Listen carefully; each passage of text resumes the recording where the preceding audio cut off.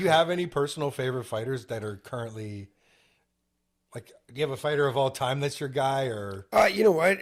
Like personality wise, Boss Rutan is like, oh man, he's awesome. Especially his old self defense videos. I really like GSP. I liked Anderson Silva.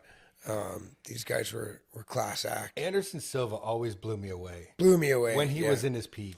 Well, you know what? With him, like Anderson Silva, he's 9-time undefeated UFC champion, and eventually, everybody was just trying to play it safe with him, and he wanted to fight. Like more than to be the champion, he wanted to fight. So he would drop his hands and he taunt them. He'd say, "Come on, if you want it, come take it." And they throw a few shots, and he'd move his head a little bit, and he'd swat him a couple times, and he'd say, "Come on, let's go." And eventually, like, we have this as fighters, we have this like, we're not in this to play it safe. Like, we want to live on the edge, and just he wasn't being pushed to the edge. So he dropped his hands and he took it as close to the edge as he could till he got caught. And that's how it goes, right? Well, you play with fire till you get burned. But that's why he was in it. He wasn't in it just to be an unscathed, paper champ. He wanted to fight the best, and he wanted them to fight him, right? So his legend grew so big that, nobody was willing to do it anymore. And unfortunately for fighters, it never ends well. It's not like that last fight where he broke his shin. It never ends well. We usually we fight until we lose. And then we always try to get back in there. Oh, man, I got one more fight. But eventually we fight till we can't fight anymore. Now, till we're beaten enough or we're injured or whatever, till somebody says, "You're done."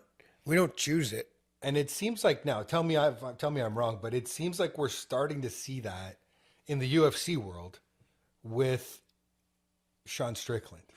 Yeah. The fight when he beats Izzy, Israel Adesanya, is amazing. It's a great fight. Yep. And it's a Cinderella story. The rags to riches from the bottom all the way, gets the one title shot, takes it, and wins.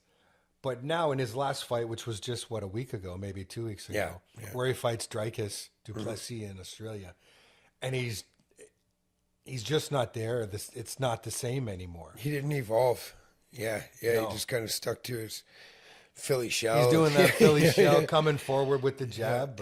And other fighters, champions will always evolve, But and it's interesting to watch that evolution, and how, like you said, you think you're the king shit. You think you're the top of the top. Yeah. But there's always somebody in the wings ready. That's right. Or getting ready. Sometimes, like with Anderson, you can build a legend and nobody wants it. Yeah. So, people are like, "Hey, listen, dude, you're going to hurt my record. I know I'm not going to." I know. Yeah, I know. GSP, like when he was in his prime, he would even have to get ready for those big fights. Oh, yeah. Well, he's one that did retire on top. He retired as a champ. Now, he did need some pretty serious knee surgery and such after fighting, and even during fighting, which was why he had some long layoffs. But he didn't fight until he was, concussed so bad that they wouldn't let him in the ring. He quit on top. So that's one case of a fighter who was smart enough to get out while he was still on top. Yeah, he's still got it all intact. Yeah, and he was the golden boy. Absolutely. Yeah, and they don't want to give him any more fights because they don't want to ruin that golden boy image, right? Well, how old is he now?